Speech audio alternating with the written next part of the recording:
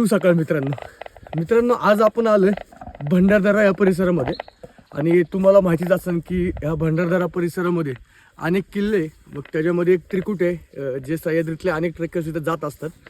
ते अलंग, मदन, कुलंग, त्याचबरोबर या ठिकाणी कळसुबाईचं एक शिखर सुद्धा आहे. या ठिकाणी पण खूप सारे पर्यटक येत असतात. तर आपण ह्यातला कोणताच किल्ला करणार नाही, तर आपण ह्याच भंडारदरा परिसरामध्ये एक रांगडा आणि निसर्ग संपन्न असा एक किल्ला आहे, तो किल्ला बघण्यासाठी आलो. ह्या सुंदर अशा किल्ल्याचं नाव आहे पाबरगड. रात्री लेट झाल्यामुळे आम्ही गड पायथ्याला असणाऱ्या मराठी शाळेजवळ आमचा टेंट लावला आणि लवकर झोपून गेलो. पण जेव्हा सकाळी लवकर उठून टेंटच्या बाहेर आलो तेव्हा समोरील दृश्य हे नयनरम्य होते. चित्रांमधील गाव सत्यात उतरले असे वाटत होते. हे गावाचा आनंद लुटत आम्ही सकाळी पोट भरून नाश्ता केला आणि वाडीपासूनच आपल्या ट्रेकला सुरुवात केली. वाडीतून ट्रेकला सुरुवात केल्यानंतर आपल्या पाठीमागेच अलंग, मदन, कुलंग, कळसुबाईचं शिखर, रतनगड आपल्या नजरेस पडतात. ही जी समोर दिसते ना, ही दर्याची वाडी आहे. म्हणजे भंडारदरा परिसर पलीकडे आणि ह्याला दर्याची वाडी म्हणतात. या वाडीपासून अशीच वाट इथे येते आणि इथून हीच वाट आपल्याला डायरेक्ट गडाकडे घेऊन जाते. ट्रेकच्या सुरुवातीलाच सूर्यदेवताचे दर्शन झाले. ह्या गडावर जास्त शिवभक्त येत नसल्यामुळे वाट अजिबात मळलेली नव्हती. झाडाझुडपांमधून वाट काढत आपल्यालाच पुढं पुढं जावं लागत होतं.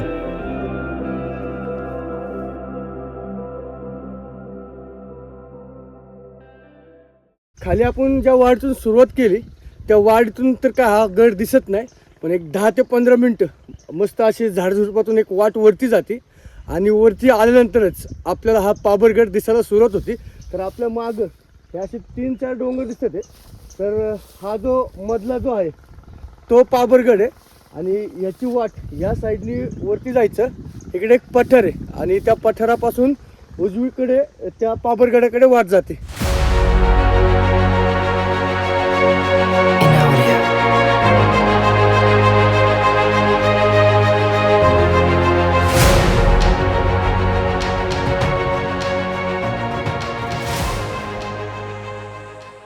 की ह्या नगर जिल्ह्यातील जे गड किल्ले आहे त्यांची एक वेगळी खासियत आहे. हे जे किल्ले आहेत हे प्रचंड उंचीवरचे आहे आणि ह्यांची जी वाट आहे चढायची ही सुद्धा अवघड आहे. हा पाबरगड जो किल्ला आपण आता ट्रेक करतोय हा छोटा आहे, पण संपूर्ण वाट ही अंगावर येणारी आहे. तर आत्ता आपण आहे ना ह्या वाटेने आलो होतो. ही वाट बहुतेक धबधब्याची वाट आहे. पावसाळ्यात इथं भरपूर पाणी असू शकतं आणि इथून आपल्याला पुढे जायचं आहे. पण त्याच्या आधीवर एक गोष्ट लक्षात ठेवा, इथं आले तर तुमच्या उजव्या साईडला एक कातळकडा लागतो. ह्या कातळकड्याच्या इकडून अशी वाट आहे, ही वळसा मारून आपल्याला गडाकडे त्या साईडला घेऊन जाते. ह्या कातळाजवळच आपली वाट चुकायची दाट शक्यता आहे, कारण याच ठिकाणी अजून 2 ते 3 वाटा येऊन मिळतात.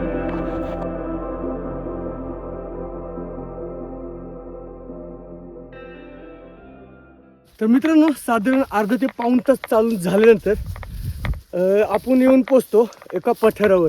पठार संपल्यानंतर अजून एक वाट आहे, ती परत अंगावर चढणार आहे, परत दमछाक होणार आहे. आता बघूयात की आपण हा ट्रेक पूर्ण करतोय का अर्ध्यातून सोडतोय, कारण लय दमछाक होती. हे किल्लं खरंच उंच आहे.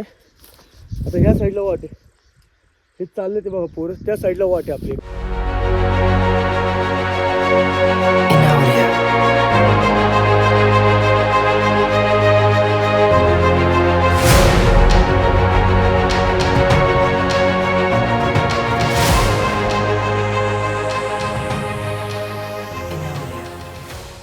त्या पठारापासून जी तुम्हाला म्हणलं एक वाट आहे ती डायरेक्ट गडाकडे घेऊन जाते.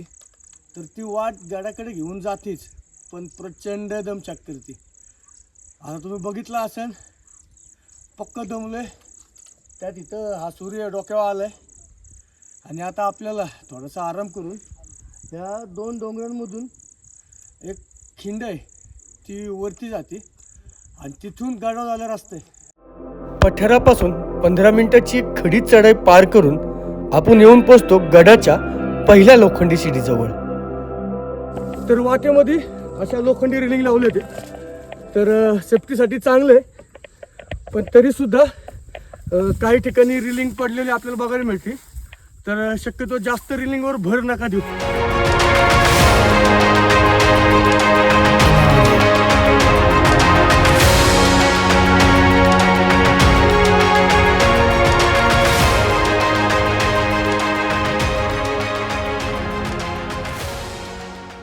तर या ठिकाणी तुम्हाला दिसत असेल की वन विभागाच्या वतीने लोखंडी पायऱ्या लावले ते.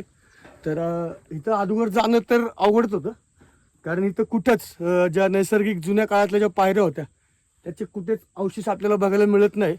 तर हा जो लोखंडी पायरी मार्ग आहे ह्याच्यामुळं गडाव जाणं आता खूप सोपं झालेलं आहे.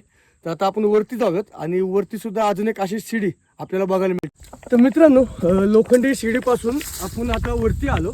वरती आल्यानंतर अजून एक टपरा आपल्याला बघायला मिळतो. पण या ठिकाणी प्रचंड अशी झाडी आहे, संपूर्ण अशी झाडी आहे आणि घनदाट आहे एकदम. तर ह्याच्यातून मार्ग काढत आपल्याला त्या साईडला दिसत असेल बघा, तिथे एक लोखंडी शिडी दिसते. त्या शिडीपाशी पोहोचायचं आहे आणि ती शिडी आपल्याला डायरेक्ट गडाच्या जो शेवटचा आणि उंच पॉईंट आहे तिथे घेऊन जाणार आहे.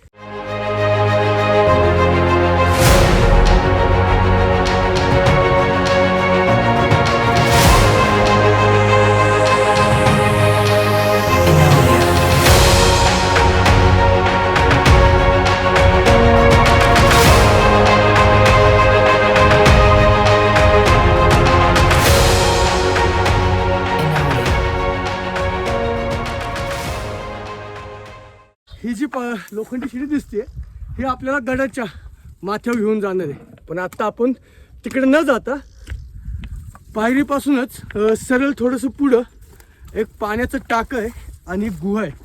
त्या दोन गोष्टी आपल्याला बघायला मिळतात. वा, तर या ठिकाणी एक गुहा आहे. जर कधी तुम्ही डायरेक्ट वरती आले तर साधारण तुम्ही इथं राहू शकता. गुहा हाईटला बारीक आहे पण अशी खूप आतमध्ये या ठिकाणी एक छोटंसं पाण्याचं टाकं सुद्धा आपल्याला बघायला मिळतं. तर ही अशी सुंदर गुहा आपल्याला ह्या पाबरगडावर बघायला मिळते. आता ही गुहा बघून आपण पाण्याचं टाकं एक आणि स्वच्छ सुंदर असं पाण्याचं टाकं आहे, त्यातलं पाणी आपण पिण्यासाठी वापरू शकतो. ते पाण्याचं टाकं बघायला आता आपण पुढे जाऊया. बाटली घे.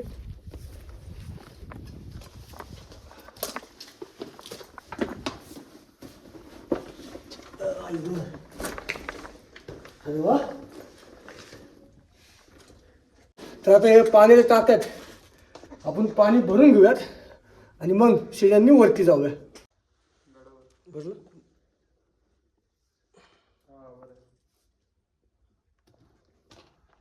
इथलं जे पाणी आहे एकदम स्वच्छ आणि सुंदर असं पाणी आहे.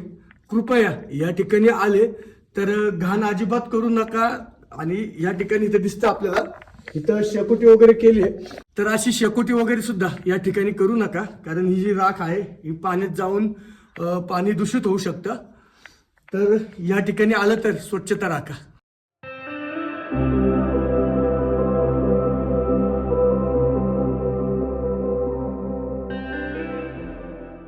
तर आता आपण पाण्याच्या टाकीतून आपल्या पाण्याच्या बाटल्या भरून घेतल्या, थोडंफार पाणी पिलो, मस्त तृप्त झालो आणि आता आपण परत येऊन पोचलो ते ह्या पायऱ्यांच्या इथं.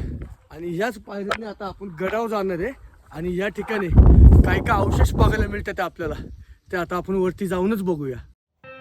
गडावरील दुसऱ्या लोखंडी शिडीपासून वरती गेल्यानंतर आपल्याला वाटेमध्ये उजव्या साईडला एक पाण्याचं सुंदर असं टाकं बघायला मिळते आणि या टाक्यापासून थोडंसं पुढे गेल्यावर भैरवनाथाचं एक मंदिर सुद्धा आपल्याला या गडावर बघायला मिळतं.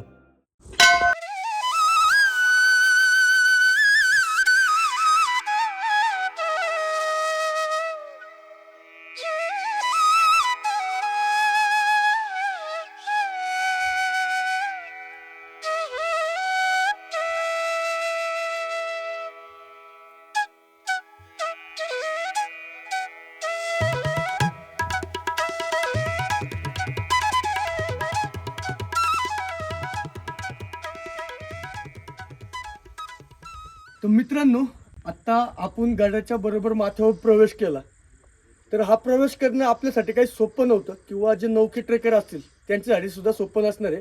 कारण गडावर येताना खूप वाटा आहे आणि या वाटेतून आपला रस्ता चुकायची, आपली वाट चुकायची 100% चान्सेस आहे. तर आत्ताची जर कंडिशन बघितली तुम्ही तर गडाव खूप मोठी गवतं वाढले ती काही कमी झाली नाही आणि ह्याच्यातून वाट काढणं खरंच अवघड आहे.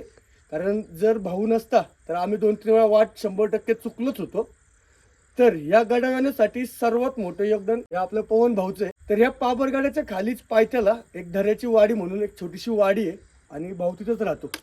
तर भाऊ वाटेड्याचं काम करतो. म्हणजे जर तुम्ही कधी ह्या साईटला आले आणि जर तुम्हाला हा पाबरगड बघायचा असेल तर भाऊचा तुम्हाला खाली डिस्क्रिप्शनमध्ये नंबर देईल किंवा या नंबरवर सुद्धा तुम्ही कॉल करून भाऊसोबत संपर्क करू शकता. इथे रेंज वगैरे आहे, तुमची राहायची वगैरे सगळी सोय होईल. तर आत्ता आपण बऱ्यापैकी गडाचे 2-3 अवशेष बघितले तर अजून काही महत्त्वाचे अवशेष आहे ते आता आपण ऐकून घेऊ.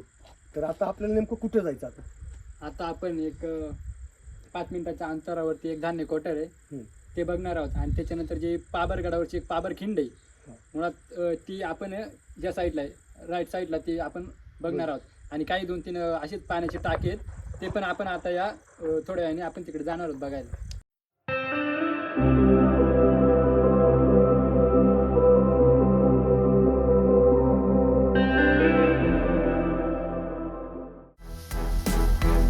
झाड वाढली रे. तर आता आपण चाललोय धान्याचं कोठर बघण्यासाठी. पण गवत बेकर वाढले, डोळ्यात घेत जाते, घसरतो का काय, पडतो का काय नाही.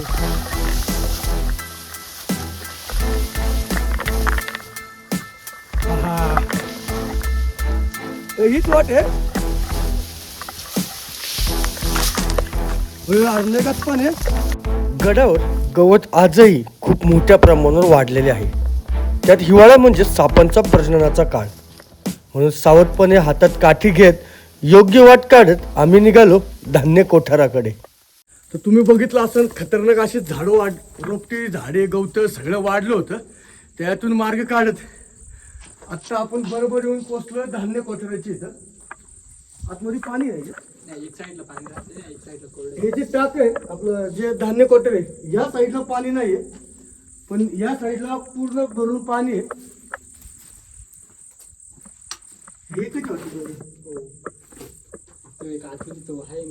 तर असं हे धान्य कोठार हे दोन्ही साईडला पाणी भरलंय आणि तिकडे मोकळे. पण ह्याच्या आतमध्येच अजून एक असा इकडे भुयार गेलंय. तिथं आतमध्ये जाऊन आपण काय बघणार नाही कारण ह्या गडावर आत्ता आपण बघितलं असून फुल झाडं झुडपं वाढलेत. ऊस तिथं काही कोपऱ्यात इचुकाटा असायचा त्याच्यामुळे आपण आज जाणार नाही.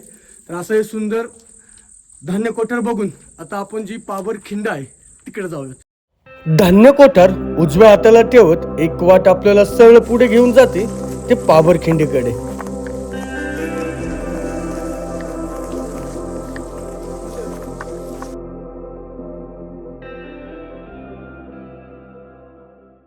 तर मित्रांनो धान्याच्या कोठारापासून आपण गवतामधून परत एक वाट काढत या ठिकाणी येऊन थांबलोय. तर हे ठिकाण जर तुम्ही बघत असाल तर खिंडीसारखं आहे. जसं आपण पावन खिंड वगैरे बघतो तसंच खिंडीसारखं आहे आणि इथून मार्ग पण दिसतो आपल्याला. पण आत्ता हा मार्ग अस्तित्वात नाही आहे.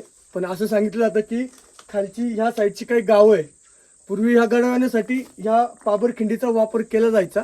पण आत्ता बहुतेक कोण ही वाट वापरत नसेल.